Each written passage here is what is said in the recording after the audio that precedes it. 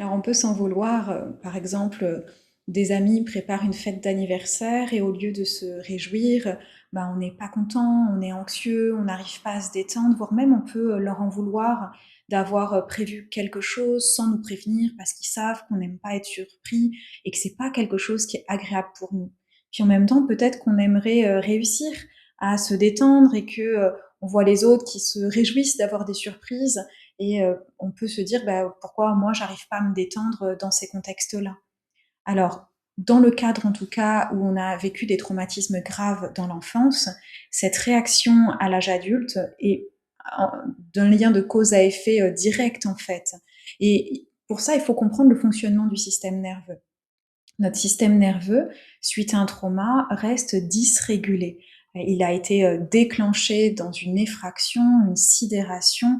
Il est allé chercher des mécanismes instinctifs de survie du côté de la lutte ou de la fuite ou du figement. Et c'est comme si, tant que ce système nerveux n'a pas intégré que l'information du danger était finie, classée, et que on n'a pas intégré qu'il n'y a plus de danger aussi important dans l'avenir, il va rester en alerte et il va rester sur ses gardes en fait pour pouvoir réagir et tout simplement pas souffrir une deuxième fois. Et donc un système nerveux qui reste dysrégulé, l'alarme elle est un peu tout le temps là en vigilance et peut se déclencher en fait dès que le corps sent quelque chose d'un petit peu du côté de l'agitation ou comme d'une montée d'adrénaline, et c'est ce qui se passe au moment d'une surprise. Alors quand c'est pas associé à un danger, on est juste content, on a une petite montée d'adrénaline et puis après on arrive à profiter de la surprise, quelle qu'elle soit. Et puis quand on a intégré de l'insécurité à quelque chose de nouveau qui a pu peut-être nous impacter, nous sidérer, le lien n'est pas du tout positif pour le corps et donc la réaction elle n'est pas positive non plus. Donc oui, ça s'explique, mais c'est pas, comment dire? On n'est pas obligé de subir ça toute sa vie. En fait, on peut agir sur ça de différentes façons.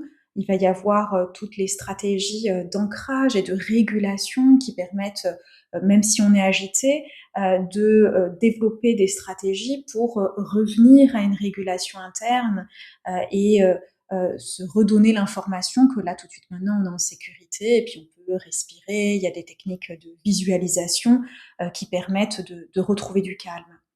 Et puis après, peut-être qu'il faut intégrer que on a besoin de sécurité, qu'on a besoin de choses prévisibles et donc on peut aussi créer un quotidien, sécure, qui est pas un quotidien, hyper contrôlant, mais qui, on peut trouver en fait un compromis entre un excès de contrôle, et complètement lâcher prise et se laisser faire. Mais pour ça, il faut, petit à petit apprendre à mieux s'auto-observer, mieux se connaître et aussi, sûrement être, accompagné dans cette auto-observation. Donc il y a vraiment des approches qui peuvent aider pour sortir de cet état d'hypervigilance chronique et retrouver de la régulation au niveau du système nerveux. Alors comprendre ce qui se passe et ne plus se juger, c'est déjà une étape importante parce que souvent ce qui est difficile, c'est que on juge nos réactions quand on ne les comprend pas. Donc commencer à donner du sens et se dire: «OK, c'est pas moi qui ai un problème, je fonctionne pas comme les autres», mais ça s'explique au niveau neurobiologique. Ça permet déjà de s'auto-apaiser, et de sortir d'un jugement qui viendrait empirer notre état parce qu'en plus on s'en voudrait. Et puis, on peut travailler sur les croyances sous-jacentes qui se sont inscrites au moment du trauma, qui sont encore présentes et qui guident notre vie.